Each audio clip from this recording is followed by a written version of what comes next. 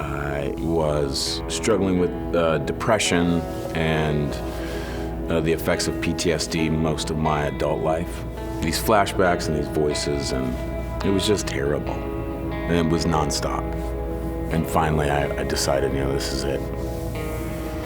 Sort of planned how I was gonna do it, and for whatever reason, told my wife about it, and she was like, well, you should talk to somebody.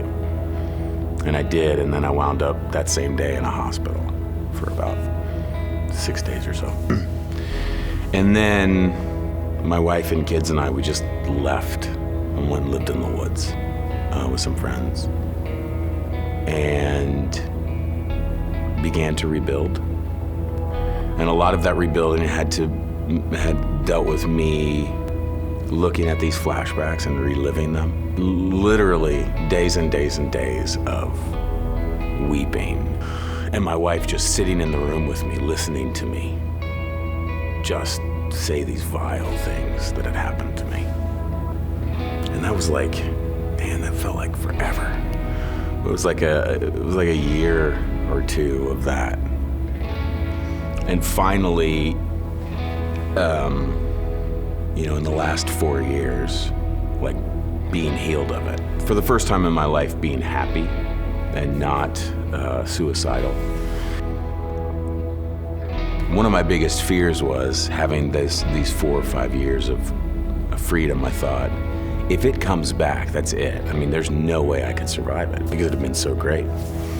And so this one morning I woke up and I could not get out of bed. It was like, I'm not going anywhere.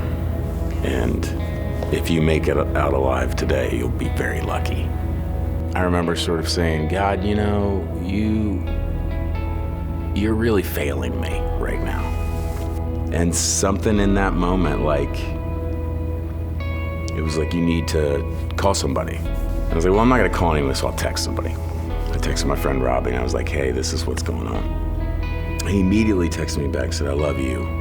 I'll do anything you need, whatever you need. I never would have done that, never would have done that. I literally would have given up. I did every time I would give up. But I decided for whatever reason that I wasn't, as bad as I felt, as scared as I wasn't gonna give up. My wife and I, we had worked so hard to get to this place. We met my psychiatrist first, I did. So I'm telling her what's going on, and she's like, what, is there anything else happening in your life? Well, no, I've been sick for a while. She said, are you on any medication? I said, yeah, I got some steroids and some other stuff. And she said, well, that's your problem. I was like, what's my problem? She's like, the steroids are interfering with your medication. I immediately was like, I felt this relief just go. And I remember going, you mean this is not crazy, Josh. This is just chemicals. He's like, yeah, you'll be fine.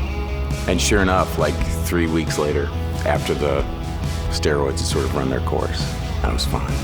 Had I just decided to give up this time, I'm confident I would have killed myself. I'm just sure of it. Instead of thinking somehow God has abandoned me, the reality is that I don't know joy without suffering. I don't know happiness without pain. God's not here to make me happy. He's here to rescue me. Acknowledging my weakness, acknowledging my need, and allowing people in. That's not me giving up. I'm not giving up. I'm choosing to fight, and that's resilience. Not necessarily taking the punch, but knowing that the punch could come and not giving up.